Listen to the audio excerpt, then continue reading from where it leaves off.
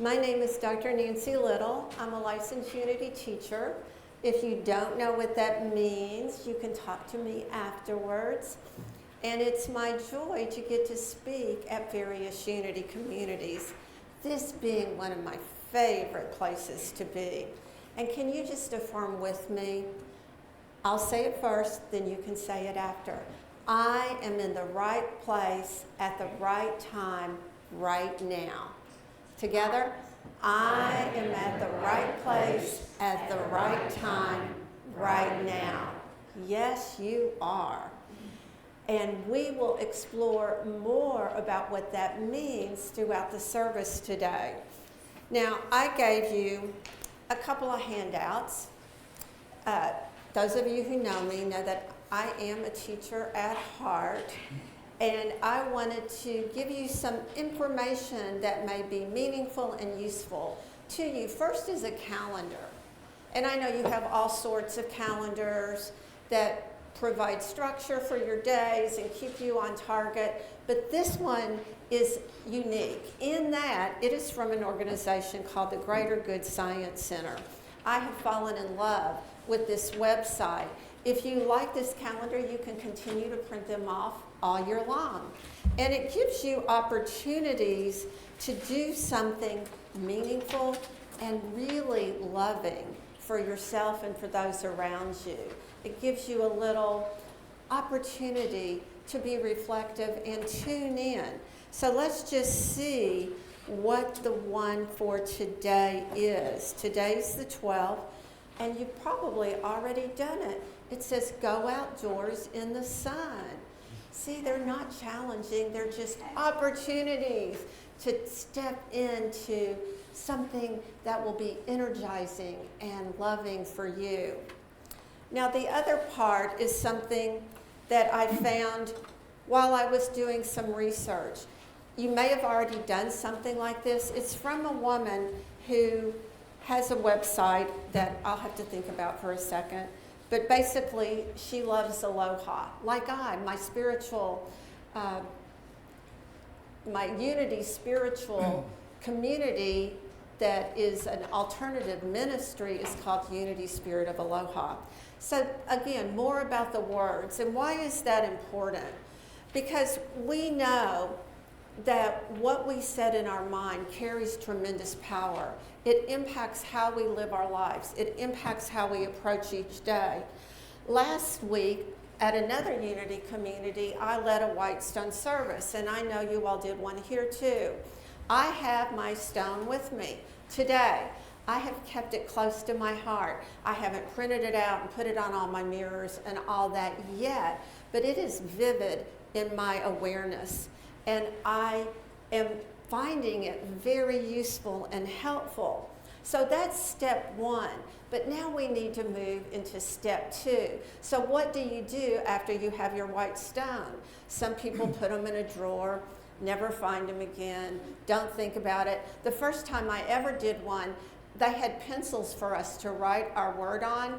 And when they got it back out again, the word had rubbed off, and I couldn't remember what it was. So this time, I put it on my stone in a Sharpie.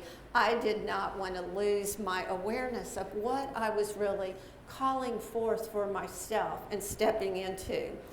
So we're going to take this next step in how we can really move into and access the free-flowing energy that's available for us. And in Unity, we often refer to that as the spiritual ability or the spiritual power of Zeal, Z-E-A-L. Now, how many of you use the word zeal in your day-to-day communication quite regularly? Probably not many of you. You may say it to other Unity friends, like, I'm feeling the zeal today. But you don't go into your office and like, who's feeling zeal? People are probably going to look at you a little strangely.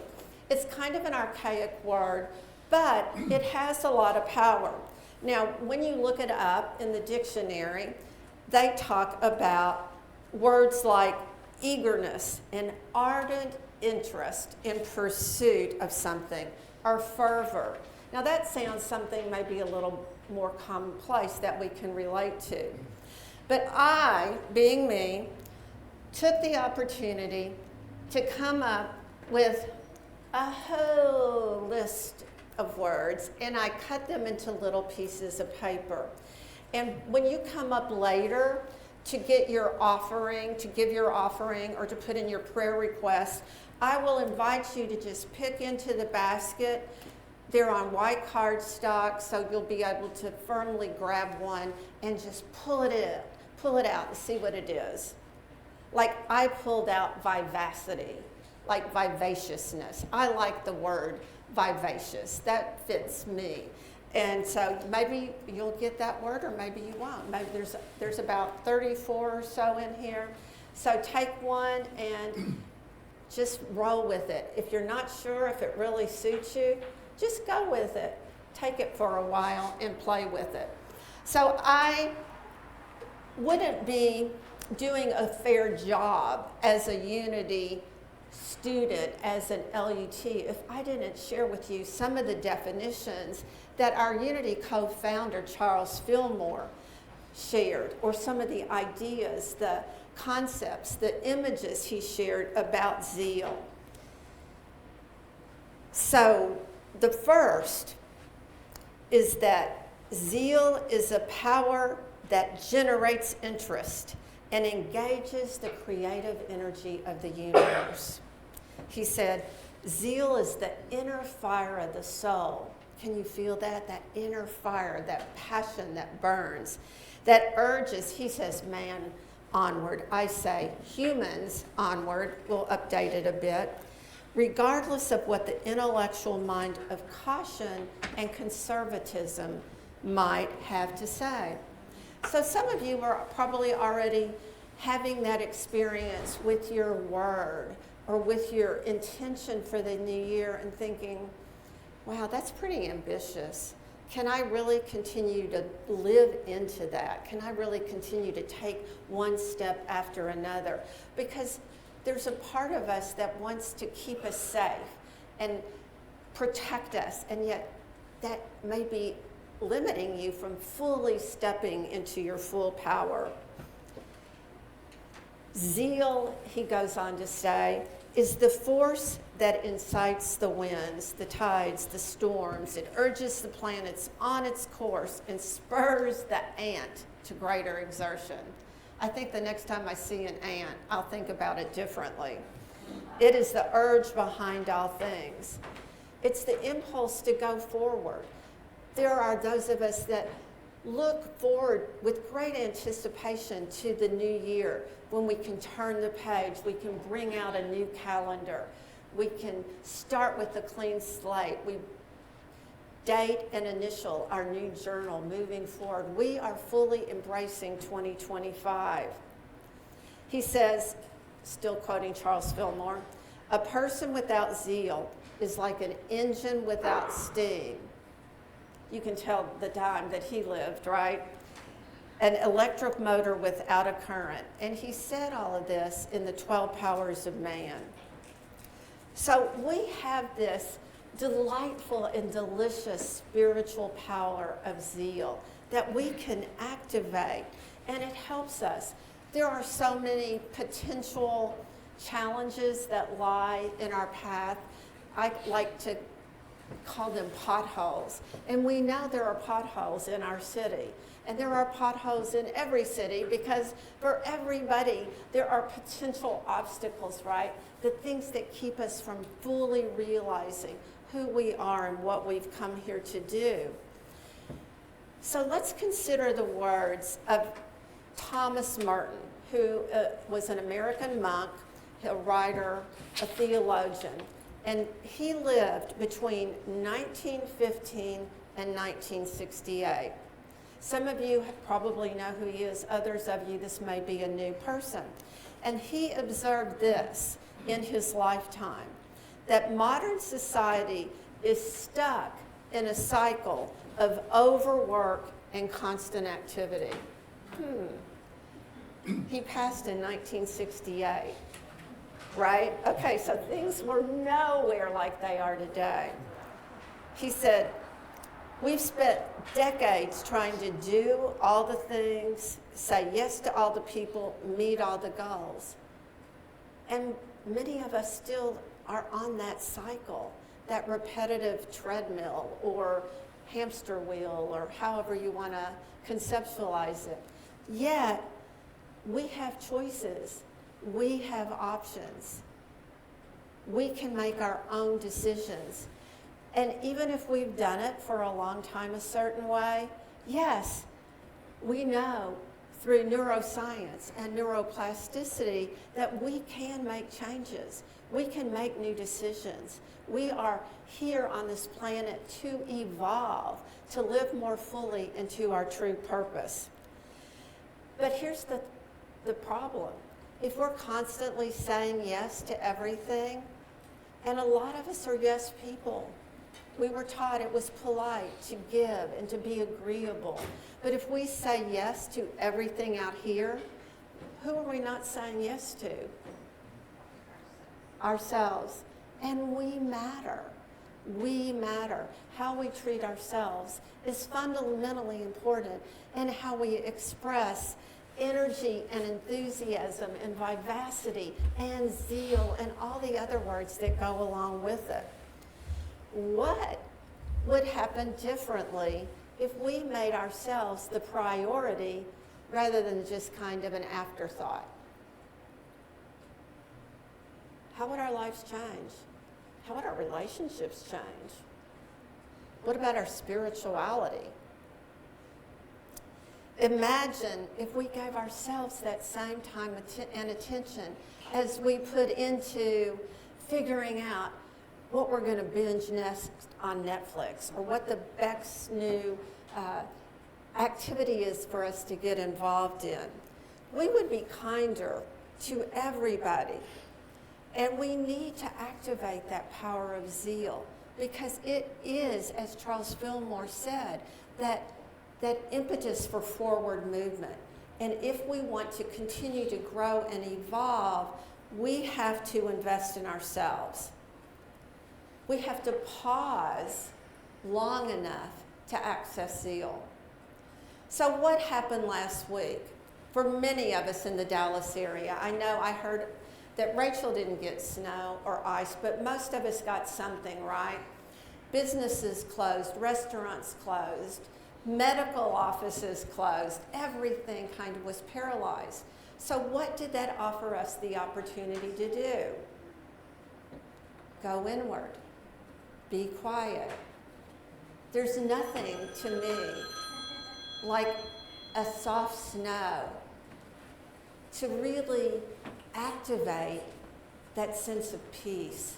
And I started having friends that were texting me pictures from their front yard or backyard, or they were posting on Facebook. It's so beautiful. Everything's so subdued and it's so quiet. You could hear the birds. You could hear nature. You could hear the crackle if you walked out in the snow, or when my dogs went out tentatively into the snow.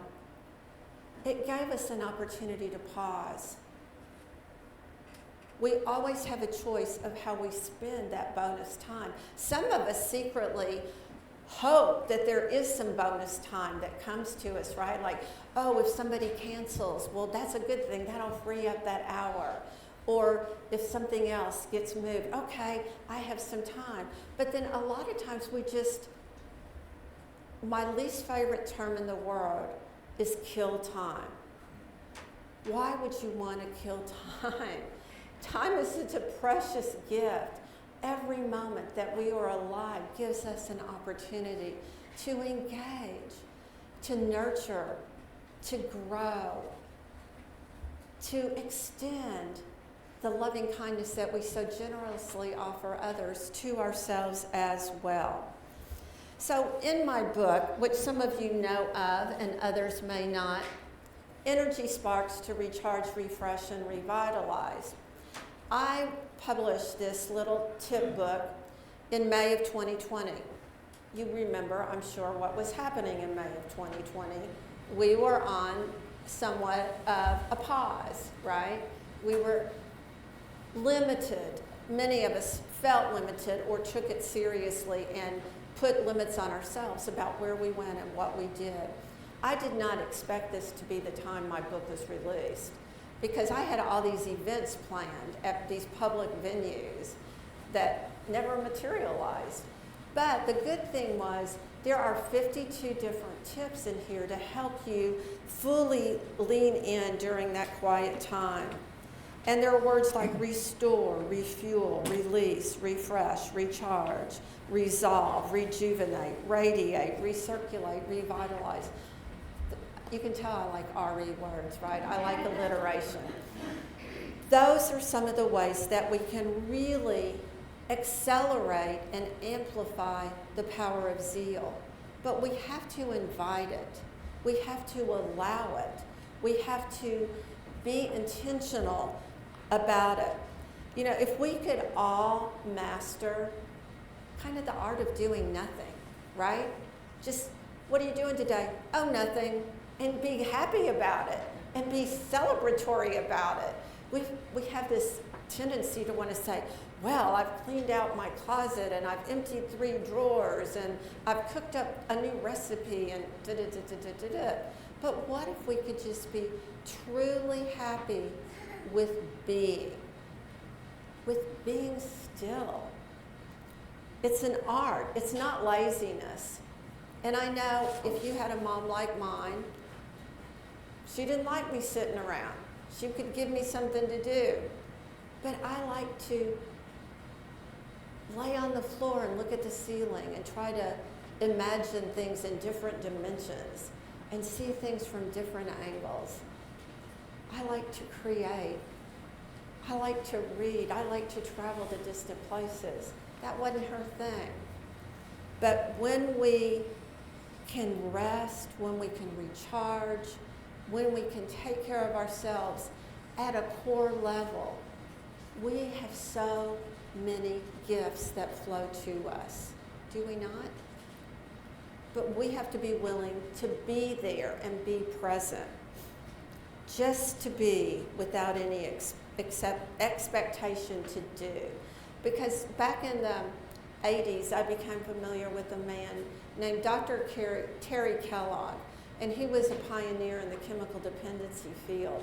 And he taught me this concept of a human being. That's what we want to latch onto. That's where we want to be. A human being, not a human doing.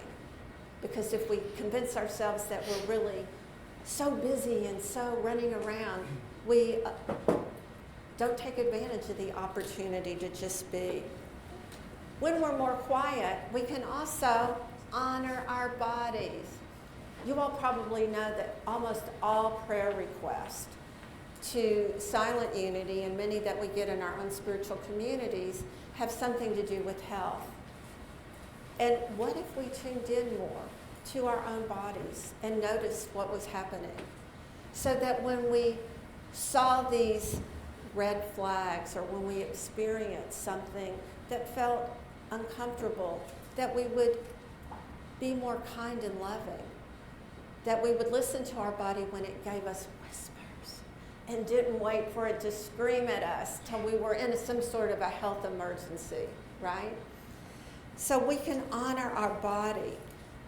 We were talking about the next potluck and recipes. I have found the best recipe source, and I will tell you, she goes by Cookie and Kate.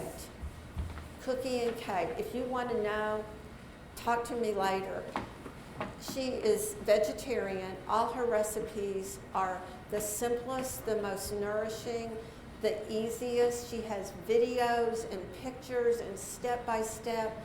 I am so in love with this. I just want to cook every recipe that she's put out because they all sound so good. But when we find that inspiration and that intention, whatever it is, and some of you are probably thinking, that's never going to be me. I'm never going to cook. Well, maybe you'll have somebody that'll cook for you and share with you. But we need to do the simple activities, whether it's stretching, which my massage therapist has implored me to do more stretching, and I am complying with her request. Whether it's dancing in the kitchen or moving, just moving in a way that feels good. And I know I have a kind of a allergy to the word exercise, especially if somebody talks to me about floor exercise. I'm not that into floor exercise. But if you talk to me about dancing and movement, I'm all in. I'm all in. So we can recharge ourselves in all sorts of magical ways. And then another way that we can be kinder to ourselves is by creating more white space. So I have a few notes up here, and I have some white space. I did have more, but I wanted to fit it on 4 pages, so I squeezed it in a little bit more. But we need white space in our lives, you know what I mean? If there is something covering every line and every square and every piece of whatever your daily schedule looks like or your daily plan, that's not healthy. It's not giving you ample opportunity to breathe and to have those respites that we all need. So that's, again, an opportunity for us to lean into that vast inner wisdom that guides us and nudges us and urges us forward with that momentum to really fully live into 2025. Reserve your commitments for those that spark joy. Remember that phrase, anybody Marie Kondo fans in here? Marie talked a lot about cleansing and decluttering. And she said, if you hold something, allow it to spark joy. If it sparks joy, keep it. If it doesn't, release it. Whether it costs $500 or was given to you by your best friend or whatever. We have to be that discerning with our time and our energy as well. Does it spark joy? If not, it's not yours to do right now. Because we want to feel fulfilled, not drained and depleted. And I talk to people all the time or read their posts on Facebook that are expressing that they are drained and depleted. When we move, it should not ever feel like punishment, you know. I go to physical therapy right now. I love it. I love it. He works me really hard, but it doesn't feel like punishment. It feels like I am getting stronger, and I love that sense. It helps me release stress. It helps me enjoy myself and talk to other people. And anytime we're experiencing joy, we're tapping into that inner power of zeal. Because at the end of the day, we've all spent way too much time being hard on ourselves, shooting on ourselves, and shoulda, woulda. But what we need to do is take time to fill up our cup. And I brought this just as a visual reminder.